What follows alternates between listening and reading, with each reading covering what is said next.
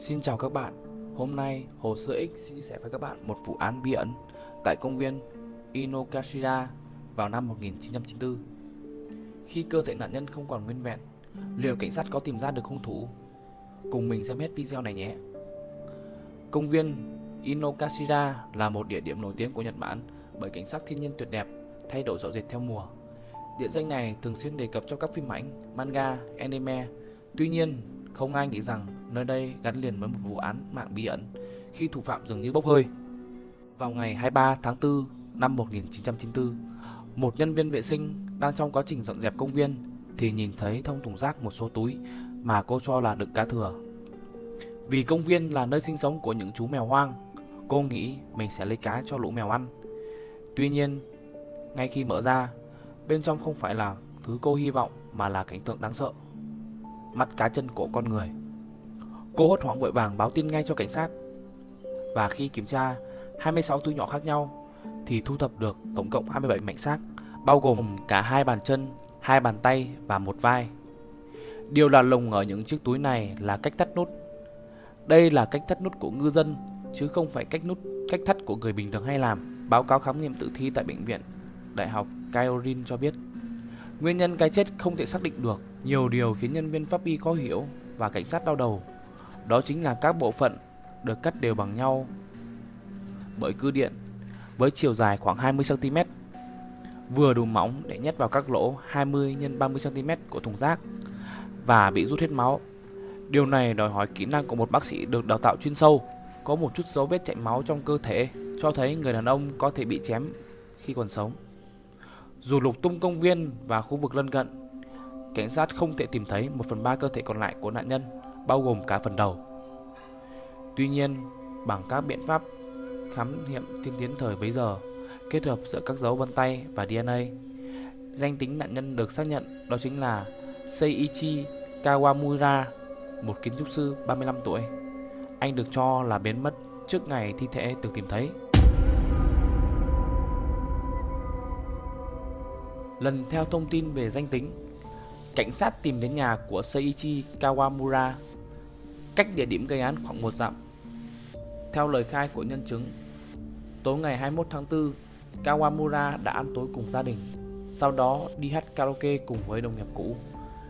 Kawamura rời khỏi nhà của đồng nghiệp vào khoảng 11 giờ đêm, và đó là lần cuối cùng có người nhìn thấy anh.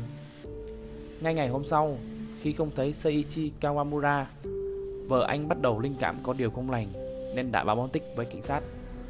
Nhưng đáng tiếc chỉ một ngày sau, chuyện không ai mong muốn đã thành sự thật.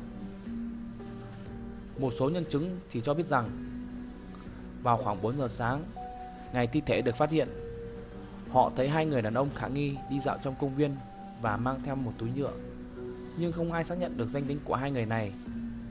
Nhân chứng khác nói rằng họ nghe thấy âm thanh của một chiếc xe va chạm với một thứ gì đó vào rạng sáng ngày 22. Họ nói rằng Kawamura đã bị một chiếc ô tô đâm và những kẻ giết người đã chặt anh ta để phi tang thi thể. Tất cả gia đình, bạn bè và đồng nghiệp của Kawamura đều bị cảnh sát thẩm vấn, nhưng anh dường như không có kẻ thù. Ban đầu, vợ của Kawamura được coi là nghi phạm chính trong vụ án, nhưng không có đủ bằng chứng để buộc tội. Một số nhà điều tra suy đoán rằng Kawamura có thể đã trở thành mục tiêu của Rakura do bản chất đặc biệt tàn bạo của cái chết. Thật không may, bất chấp việc cảnh sát thẩm vấn khoảng 37.000 người, chúng ta có thể không bao giờ biết được câu chuyện thực sự đằng sau cái chết của Kawamura và không có công lý nào được thực thi. Vào thời điểm xảy ra vụ án giết người phi tang xác ở công viên Inokashira, số lượng lời khai của nhân chứng về Seiichi Kawamura đã tăng lên do được đưa tin lên TV mỗi ngày. Điều này đã làm phức tạp thêm cuộc điều tra của cảnh sát. 3 ngày sau khi thi thể được tìm thấy, chuyến bay 140 của hãng hàng không China Airlines bị rơi ở Nagora vào ngày 26 tháng 4 năm 1994 và mọi sự chú ý của giới truyền thông đều tập trung vào vụ tai nạn. Vì vậy, vụ sát hại của Seiichi Kawamura nhanh chóng bị lãng quên.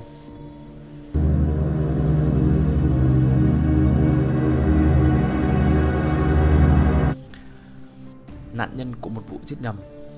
Vào năm 2009, khi hết thời hạn giải quyết vụ án, có một người đàn ông ẩn danh tạm gọi là A, đã lên tiếng và nói rằng đáng lý người bị giết trong vụ án này là anh ta. Tuy nhiên, do hình dáng của A và Kawamura giống nhau nên những sát thủ đã ám sát nhầm người. Cụ thể, A cho biết mình là người bán hàng rong ở gần khu vực nhà của Kawamura. Trong thời gian đó, A có xích mích với những người bán hàng nước ngoài và từng dọa bị giết. Do đó, người đàn ông tin rằng Kawamura đã trở thành nạn nhân sai lầm của những sát thủ nước ngoài được thuê để giết anh ta. Trừ khử bởi tà giáo, một tin đồn phổ biến thậm chí cho rằng Kawamura từng là thành viên của giáo phái Aum Shinrikyo và đã bị sát hại dã man sau khi cố gắng rời bỏ. Kẻ giết người bắt chước game sinh tồn. Megami Tensei là trò chơi nhập vai được phát triển và phát hành bởi Atlus.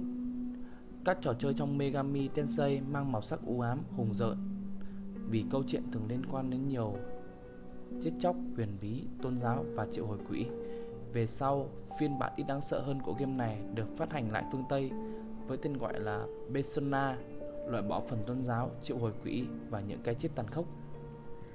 Giả định kẻ giết người trong vụ án công viên Inokashira được truyền cảm hứng từ trò chơi nói trên và đã trở thành một niềm tin phổ biến. Kẻ giết người có liên quan đến một giáo phái kỳ lạ nào đó, và sau khi chơi trò chơi, anh ta tin rằng có thể đặt những hiện tượng huyền bí bằng cách phân xác của một cơ thể và để nó trong công viên.